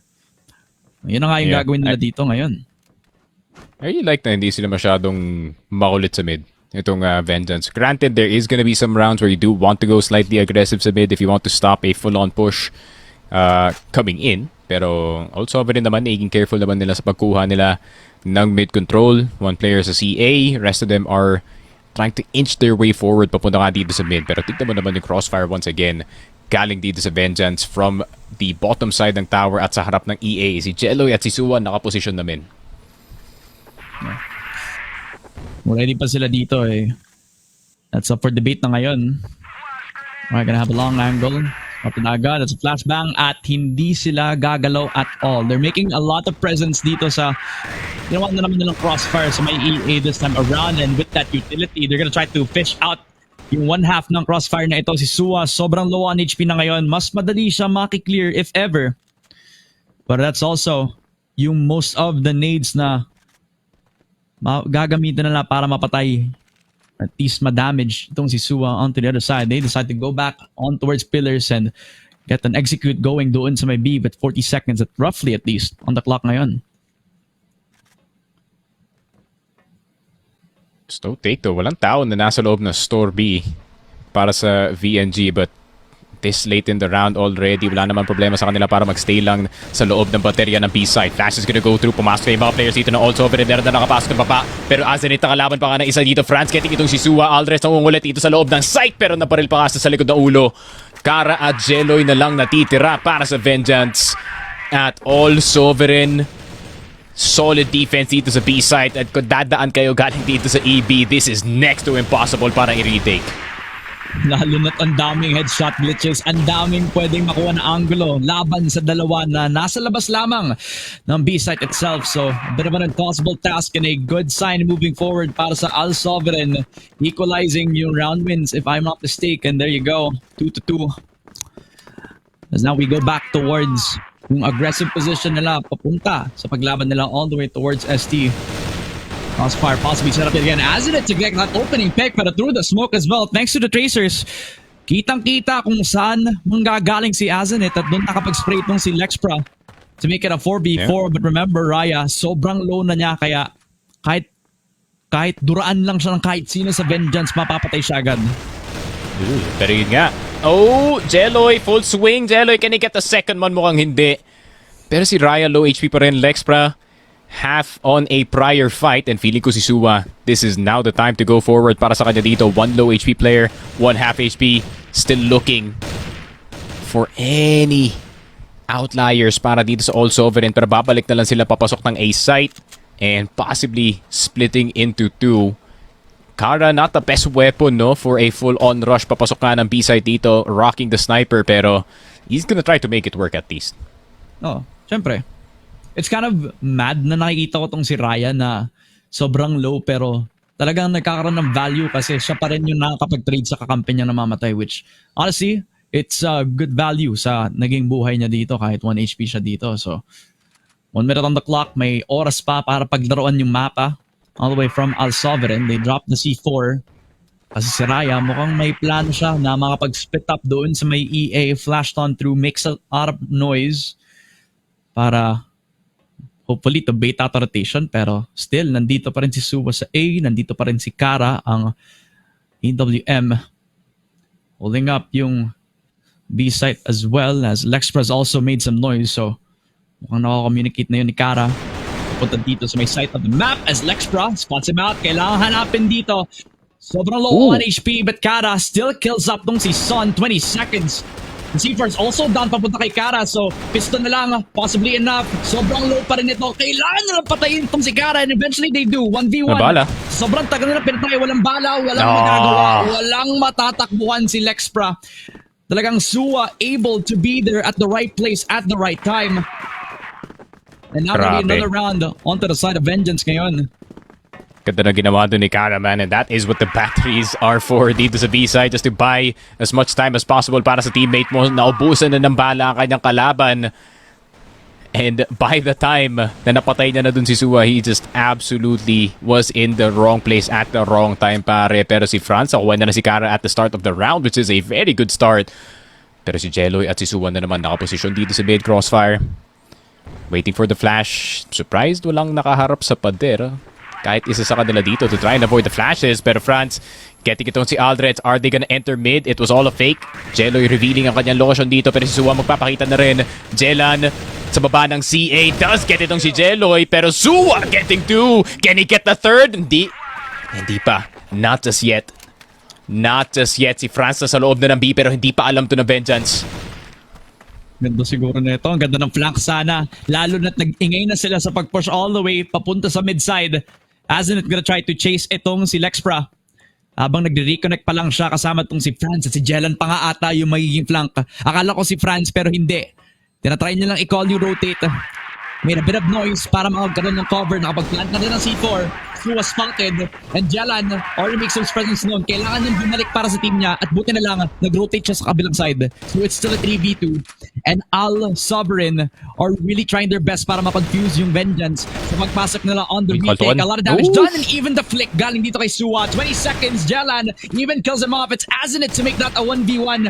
At the spotted pa nga si Jelan. But he pulls out the cold. At the headshot kay Azenit. It is gonna be ALSOVEREIGN equalizing the round bids na naman. Yun lang. Very, very nice try galing dito kay Azenit. I feel like if they committed earlier dito sa B site, ignoring kung sino ba nang nasa loob ng pillars, would have been an odd timing para sa squad ng ALSOVEREIGN to try and get that back. Pero si Azenit galit na pumasok na ng con mid. Kinuha na ang buhay ni Raya at nakaalis pa nga agad into the defense with his teammates. A 5v4 sa simula ng game natin at si Raya pa yung nawala. Not the best start para sa ALSOVEREIGN pero na-figure out naman nila dati kung paano maglaro ng 4v5 dito. So why not again? But how about the 3v5 sabi dito ni Kara? One more time para sa AWM, ang sniper para sa Vengeance ngayon. Talagang showing his presence. Talagang sinisigaw nila na bawal kayong pumasok sa B-site kahit anong anggulong kukunin nyo dito. A 3v5 now. C4 is still within the vicinity of ALSOVEREIGN. They tried their best to split up the map, get some map control doon sa loob ng mid-side pero dahil talaga doon sa mga first pick-offs nagsaslow down na ang momentum at yung speed ng pag-take ng ALSOVEREIGN as looks like Jelan is waiting for somewhat of an over-push from at least one of these players from Vengeance. Siguro si Azenit kung hindi niya pinag-iisipan masyado yung susunod ng gagawin. But with 1 minute on the clock, really, they don't have that much time to try to wait it out. At least maybe for a couple of seconds now. We Azenit. Good opening. Dexpra. PTT down. Si Franz nag-ahanap all the way dun sa tower. Kahit isang pixel lang dito ni Azenit, kahit pangalan na lang yung lumabas dito. Pero Jelan will get Azenit. Papapabalik na nga. Okay, that's pretty much a fine situation. Kung makahanap pa si Jelan ng isa dito, this is gonna be good news. Aldrich with the miss, pero si Jeloy umiikot na nga papunta ng palikod ng ALSOVEREIGN. Jelan getting si Suwa, pero yung C4 nahulog na sa mid. Nalikuran na yung kanilang sniper. Jelan down to 1 HP at mapapatalon na lang si Aldrich. And that is a point on the board. Quite the back and forth sa start ng compound game natin, but then Vengeance, you're gonna have to stop that back and forth eventually, no? Just like how I said it, mas GR-sided yung mapa na to, so it should be them getting the majority of the rounds. Totoo. Habang tumatagal, baka maging komportable pa nga ang ALSOVEREIGN. We see a lot more proactivity na nga from the global risk side of Vengeance. We see the flank coming through from Jeloy. A lot of noise being made as well. Some discipline being displayed na rin by Azenit na nag-expect ng push shot na doon sa may EA side of things. Kaya really, feeling ko, conditioning lang din yan. Pagkatapos sila, paulit-ulit na establish itong crossfire na laging nandito sa may EA. No? But back off for now. Default positions na ulit for everybody sa global risk as ALSOVEREIGN has already made themselves doon sa storage B. And in a matter of seconds, they're gonna face up against the Wrath of Suwa at saka tong si Alrets na tamang hintay lamang ng bait and switch setup dito. B-site execute coming very, very soon. Pero feeling ko may clue sila kung nasa nakatayo dito si Suwa. So, possibly prepping to cook 3 nades in his position. Patay. Pero meron din silang clue dito. May nagpalit yata ng baril. Early peek galing dito kay Suwa. Son now watching his spot this entire time, but that's not the best cover. Aldrich nakita dito si Ria. Look at the amount of damage na nagawa ni Suwa. And Suwa surviving to 1 HP. Aldrich getting si Jelan. And the HP bars are a bit too low para sa ALSOVEREIGN. At mapapabalik sila dito sa B-pillar. Pero gusto pang lumaban ni Lexpra. He's gonna regret that. C4 down. And ALSOVEREIGN stuck in a bad situation dito sa game natin, men. Sobrang init nga naman no? Pero you like the discipline from Suwa. At nung sure na siya na ang dami sa labas ng pintuan doon pa lang siya nag-run and gun. Doon pa lang siya gumamit ng movement para hindi siya mapatay agad ng ALSOVEREIGN. Still alive and kicking, but you can't say the same para kay Franz. He is down for the count thanks to Kara. Has the final blow. 3-5 na ngayon para sa Vengeance. And you mentioned it, Sneaky Frog. Hindi dapat nagbabatuan ng pabalik ang rounds para dito sa Vengeance side. Kaya it's a good thing na na-break doon na lang yung streak ng ganito into the 3-5 scoreline as it's expecting na baka makapag-crossover sila dito. Position itong Ooh! Oh, he's out. He's fine. 100 HP. Papapabalik pa nga. And good bait Dahil nga sa ginawa ni Azaret doon, napapick dito si Franz to try and cut him off. Pero si Son makikita dito si Jeloy. Pero Alrets, let's see if you can produce the exact same magic. Wala na yung sniper ng All Sovereign. So now it's your time to shine. As well as itong si Kara. Let's see what they can do. Flash is gonna go through dito sa long. 1 minute and 40 still on the clock. Plenty of time to do so. Seeing the bomb planter, Lexpra, ipaplant na lang sa gitna ng dalawang kabaong. Pero Aldrich, gusto na pumasok. Suwa, getting itong si Lexpra. Sun, nasa loob ng C1. Sun, wallbang pa nga. Aldrich, getting si Sun. Asinit, getting Jella. Nakaplant sa gitna. And that is it. Narinig yata ako ng Vengeance just like how you said it, just like how I said it, man. Bawal mag-back and forth dito sa compound if you want to have a good game. And VNG, I mean, 6-3, granted, this is not the best half to end on dito sa compound. You could definitely go 7-2, pero I think pwede na considering yung circumstances ng laro natin. Kukunin mo na yan. Lalo na sa kung gaano ka close despite the number of round wins, diba? So, we have the work cut out for them. A beautiful punishment papunta kay Jelan, blinded off the map, and France also to follow as well. Walang time para rotate. Si Kara mukhang hindi pa pinag-iisipan yung pagpasok. How the heck is he still alive right now? He went in and out, tapos na headshot pa nga niya tong si Raya. That is just unfair right now. Paano namatay si Raya? That's the question, man. You're fully aware of his presence, pero nagkaikotan pa nga sila dito. Kara is out. Kara is out. And dahil nga na nag-push dito si Lexpra, VNG, they do know that there's a lack of defense dito sa B site. Pero Sun, trying to stay alive dito sa mid. Pero tignan mo naman sino na nasa loob. Jeloy just shooting him all the way from C1. Lexpra na lang natitira. Lalabas siya ng CB pero nakadaan na yung C4. Aldrich nakatingin sa kanya.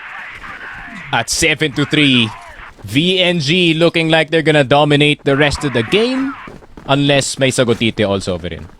Anong klaseng confidence si meron tong si Kara? Literally, tatakbuhan niya yung pillar's position. Kills off 1 and 2. Tapos nung confident na siya na may makikita siya sa labas ng STBA, quick in and out. Tapos nakapag-fade away shot pa siya ng isa pa. This is how ballsy this guy can be.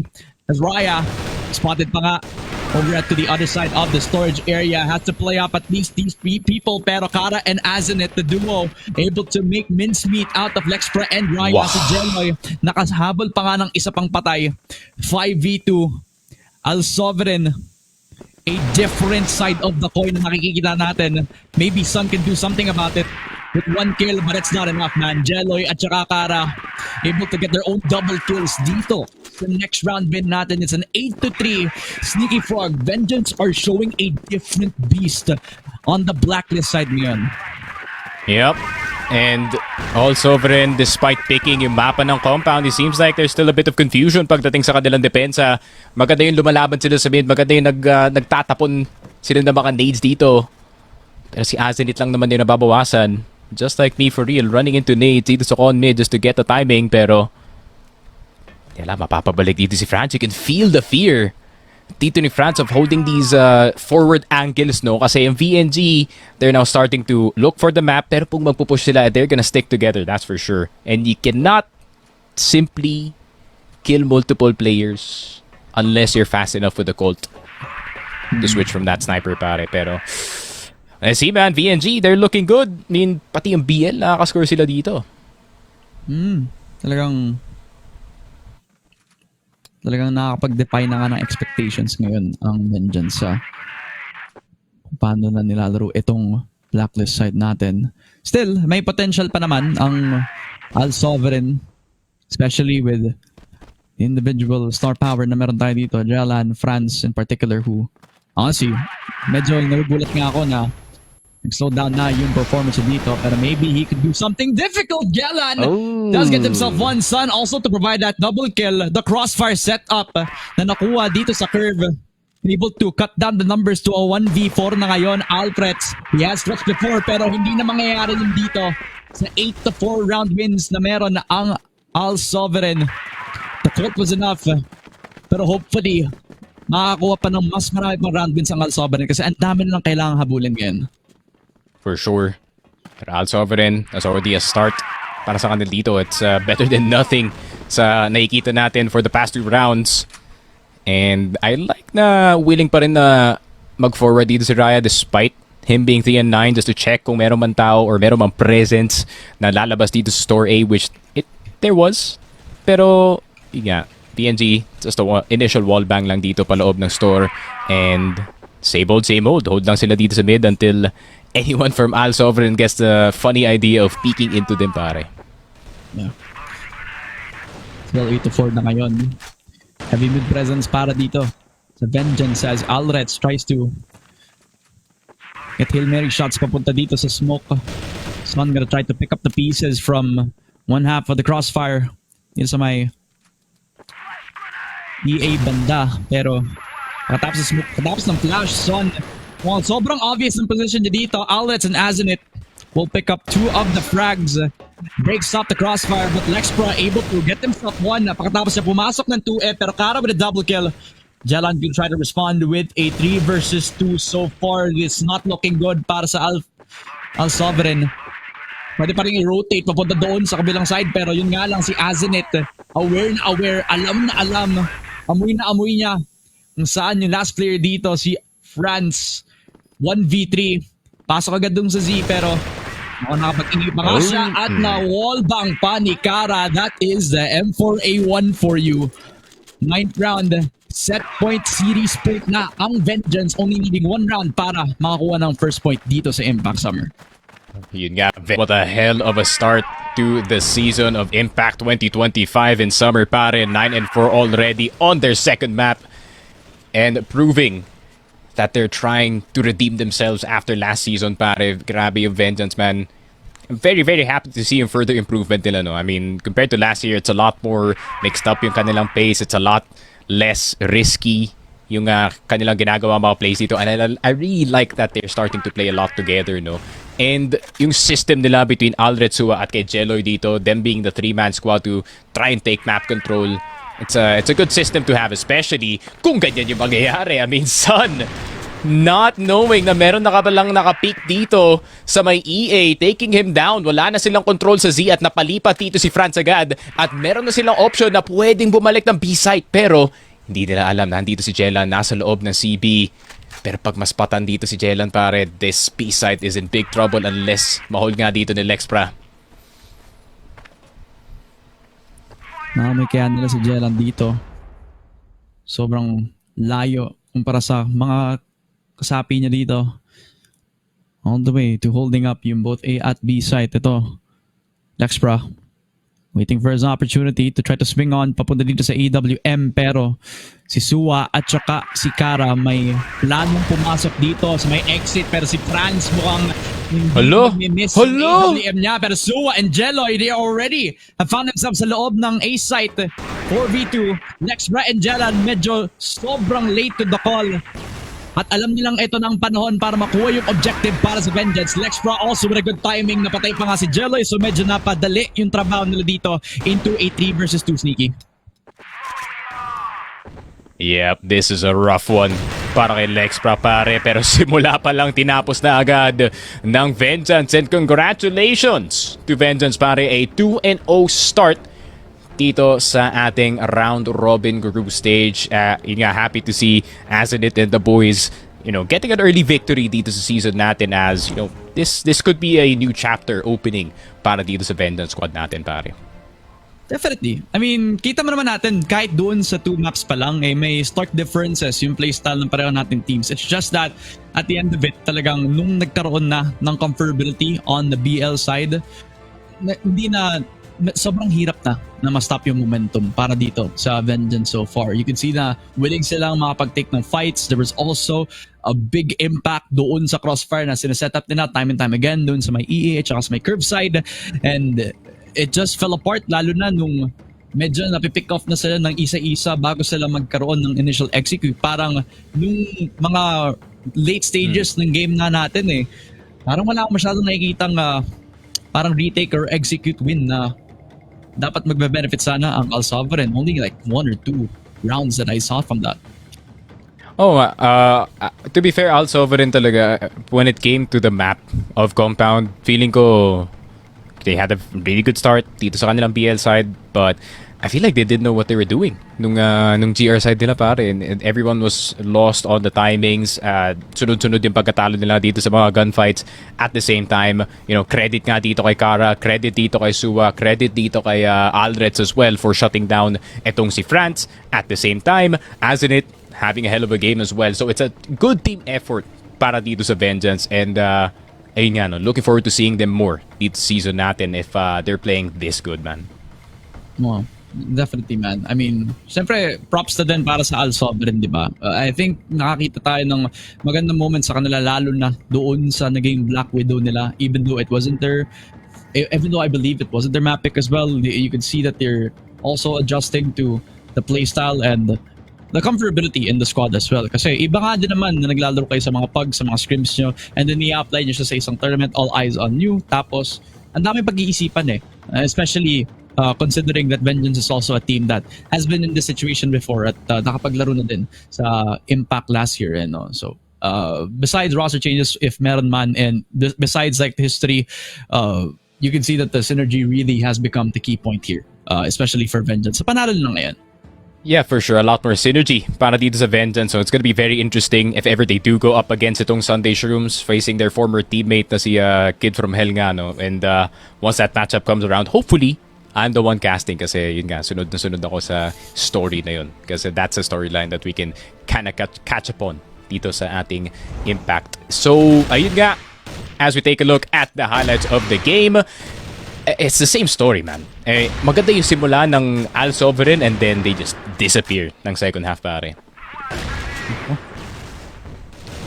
Kita mo sa highlights, I mean, kahit pinag-uusapan natin ng paulit-ulit yung synergy nila, I mean, on point yung individualism ng mga players natin on their decision making. I mean, yung presence ng 2F player, tapos yung mga flanks na nakikita natin, the smoke banks na nakikita natin as well.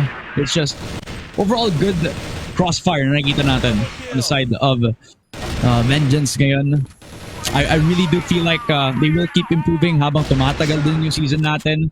And hopefully, sila din yung isa sa mga makakapasok sa play-ins on our regional finals later this year. So, a lot of things to take note of and good things moving forward din para sa Vengeance side. Pero huwag natin din kalimutan yung mga ALSOVEREIGN, di ba? Di para pag fight dito sa mga first 2 weeks natin.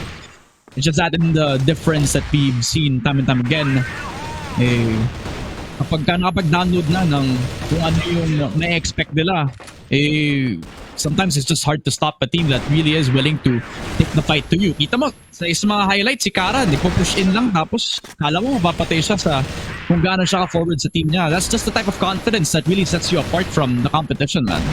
Yeah, for sure. Pero yun nga, no, compliments pa rin dito sa ALSOVEREIGN. Honestly, it's not often that we do see a full Davaoenyo stack dito sa Impact. No, we've only seen it ayun nga, galing dun sa Herbie Gaming team, them representing the region twice, and ngayon, it is ALSOVEREIGN's turn this time, pero para naman sa kanila, they go back to step 1. They go back to step 1, it's back to improvement, back to the young team, pero that's kind of the risk that you have to take, no, as a region na, okay, this is gonna be the team na magre-represent sa atin, so we're gonna have to be invested in their further improvement dito sa Impact. So yun nga, ALSOVEREIGN, I hope you guys are not too sad about this loss. You guys lost up against an experienced team, and yun nga, no, I guess had a hell of a fight sa Black Widow, which is yung best map nga dito ng Vengeance. But at the end of the day, it's still a Vengeance 2-0 para as we take a look at the set summary with Kara leading the charge pagdating sa kanyang KD with a 2.17 and a 0.93 kill per round ratio, pare, which is pretty insane considering yung role niya dito, pare.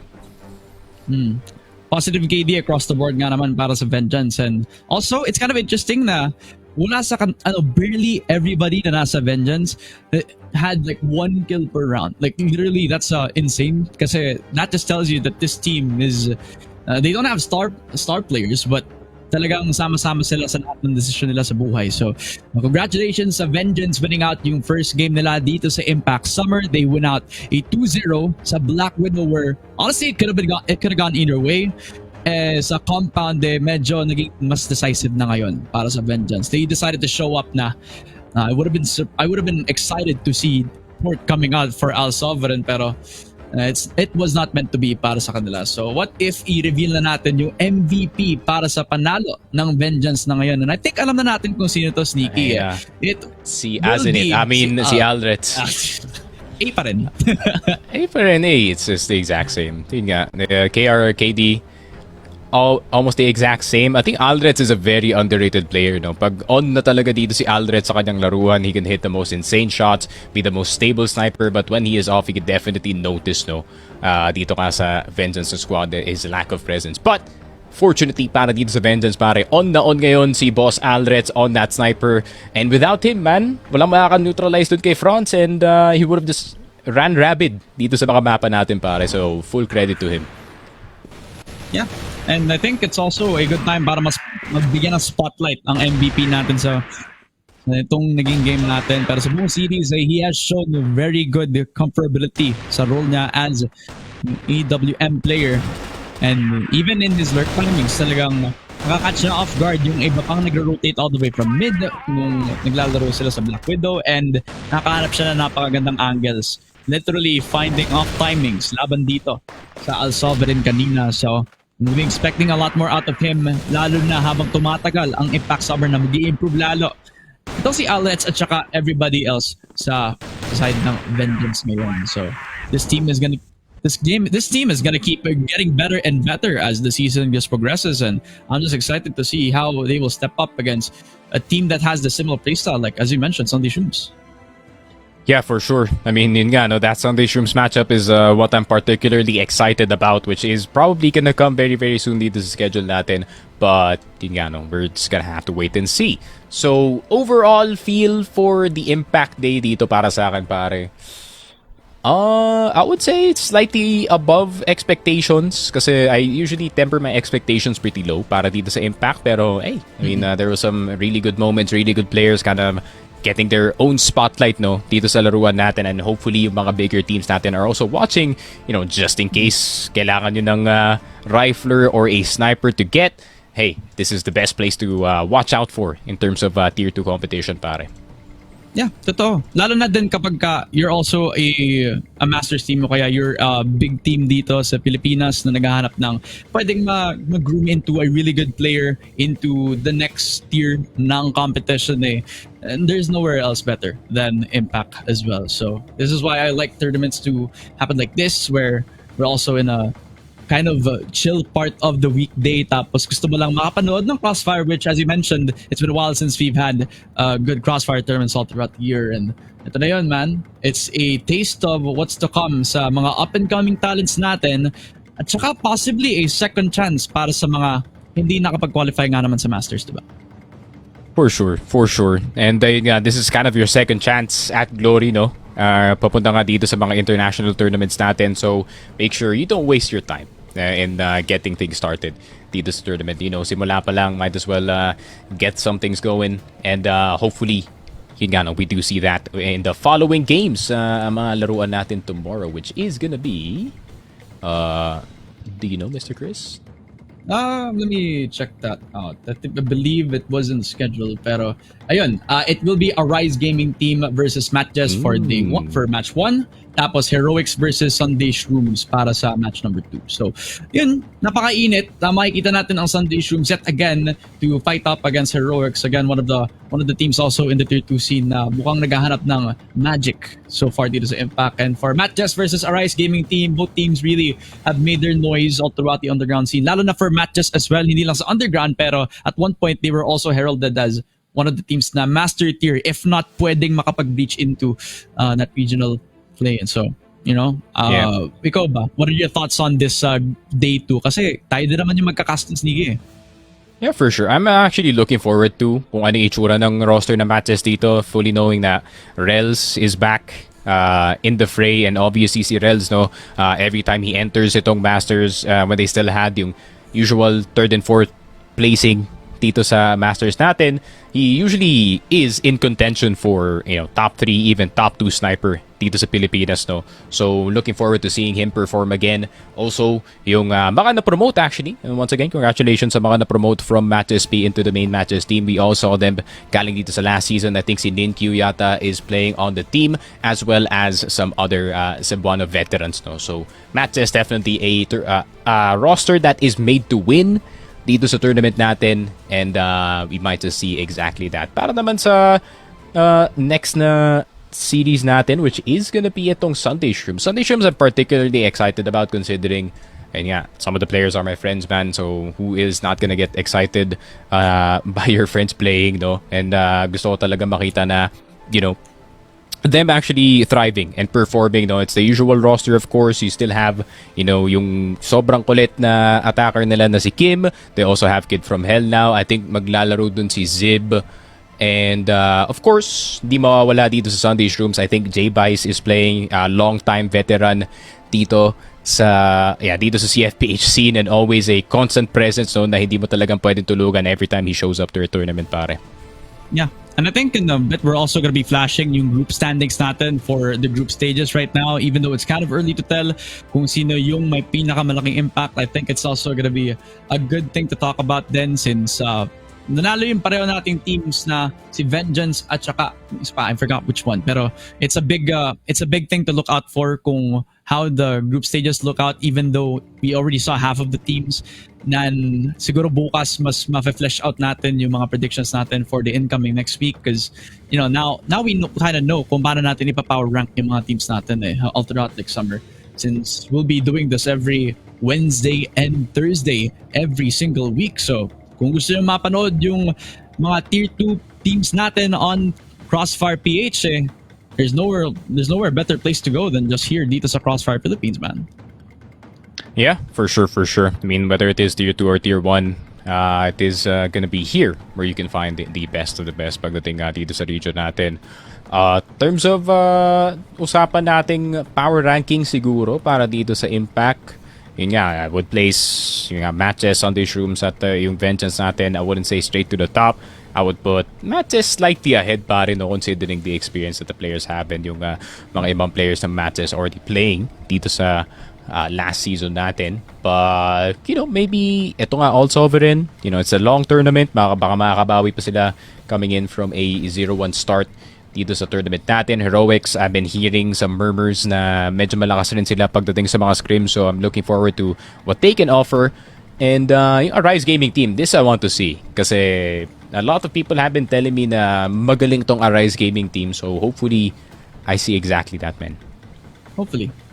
Ngayon may expectations na tayo sa kung anong mangyayari pagdating dito sa tomorrow. And bukas ma-join na din tayo ni Salvi, who I believe is also in the stream right now. Shoutout nga pala sa mga talents at saka sa mga OGs na nagko-comment all throughout the stream. So kung excited na kayo makita kung ano yung magiging games natin, look no further. Eto na, ipa-flash namin sa screen ninyo ang mga susunod nating games tomorrow. It will be a Rise Gaming team, a team that Sneaky Frog is looking to watch out for tomorrow against Matches, one of the more recognizable teams in the tier 2 scene that could very well break into the barrier as well. So it will be Heroics at saka Sunday Shrooms tomorrow as well, which will be yung match number 2. And I'm excited to see kung sino yung magka-come out on top pareho. Will we see an upset? Will we see expectations speak well for themselves? Kasi yung matches sa Sunday Shrooms sa power rank mo na nga, I actually agree with you. I think they're the teams to watch tomorrow talaga. Yeah, for sure. So hopefully they are in tip-top shape going into tomorrow's games, no? Hopefully na they don't get affected by outside factors dito, pare. It is gonna be still 4 p.m. and 6 p.m. now on a Thursday night. If you guys do not know, yung Impact is gonna be on every Wednesdays and Thursdays, and para naman sa preview show, it is gonna be on the Friday, and para naman sa Saturday and sa Sunday, it is gonna be El Clasico Masters on the weekend, pare. It's a summer filled with Crossfire, and I can never be happier here, pare. Siyempre. Pati ako, na-excite ako dito, Sneaky. As one of the newer talents dito sa roster, I would like to give everybody a warm thank you. So warm welcome na ako dito sa community, and I hope na na-enjoy nyo yung broadcast all throughout. And it's been a pleasure, Sneaky Frog. Napakasaya ng first day natin dito sa Impact, at sure ako na tomorrow ay lalong magiging masaya dahil, ladies and gentlemen, Crossfire rocks. Ako nga pala si Ramon, kasama ko si Sneaky Frog. It has been a blast sa first day ng Impact Summer 2025, and we'll see you tomorrow for more upcoming games. Bye guys, good night.